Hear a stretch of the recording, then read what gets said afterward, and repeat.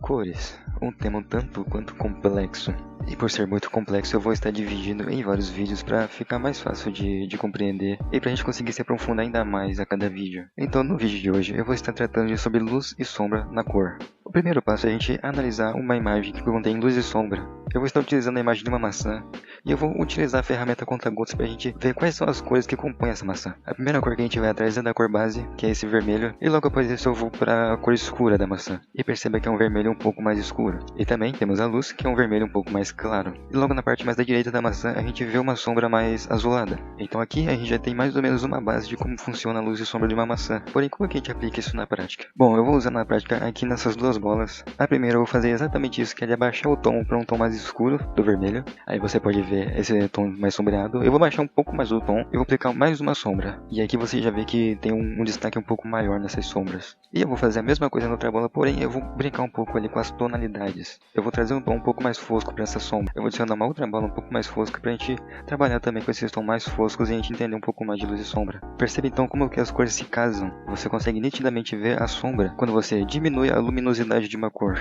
Então, para fazer luz, ocorre da forma contrária, você aumenta a luminosidade. Eu vou mostrar isso agora, essas três bolas. E não são apenas essas luzes que existem, pode existir outras luzes que podem refletir nas bolas, até mesmo refletindo nas sombras e dar esse efeito que você está vendo. E existe também luzes que podem acabar refletindo no meio dessas esferas. E se você usar as sombras apenas escurecendo a cor e a luz apenas iluminando ela, você vai ter um desenho mais ou menos como esse aqui do Goku. Na parte que eu quis sombra eu apenas escureci a cor, porém esse não é o único jeito de você adicionar luz e sombra a algo. Eu vou ensinar aqui uma outra técnica que eu também uso para luz e sombra. E no que consiste essa outra técnica? Consiste, ao invés de você levar a cor para o branco para iluminar ou levar a cor para o preto para escurecer, você utilizar outras cores para dar mais tonalidade ao seu desenho. Observe agora quando eu for adicionar as sombras da roupa do Goku. Eu pego a cor base e levo ela para o vermelho para dar uma escurecida na cor. E também essa cor vermelha eu dou uma escurecida nela. Observe no final como é que ficam os detalhes dessa outra sombra. Eu faço o mesmo processo nessa roupa mais azul do Goku, onde eu pego a cor azul e levo ela para o vermelho, porque o vermelho é o que escurece o azul e o azul é que escurece o vermelho. Mais tarde eu vou explicar mais sobre isso. E agora, adicionando luz às roupas, eu de novo pego a cor base da roupa e levo ela para um tom mais amarelado, que vai dar um pouco mais de destaque nessa luz. E veja também que eu vou mudar a tonalidade da sombra da pele por uma cor um pouco mais voltada para o roxo, e isso já dá um destaque a mais para a sombra. E o mesmo processo que eu fiz para iluminar a roupa, eu faço para iluminar a pele.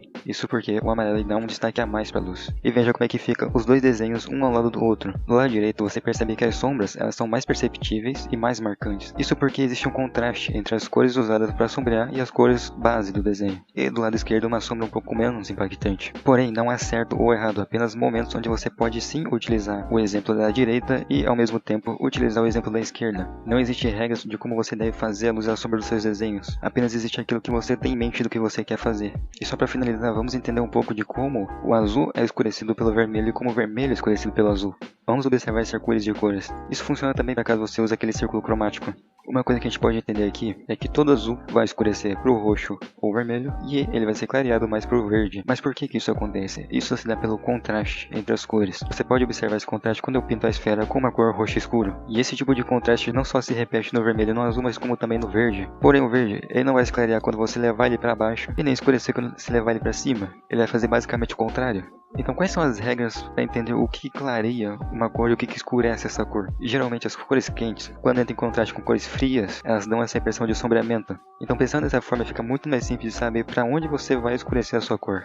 E isso tem muito a ver em como essas cores estão localizadas no círculo cromático. Você pode levar a base de que o azul é uma cor muito fria e o amarelo é uma cor muito quente, ou seja, o amarelo ele mais clareia e o azul ele mais sombria.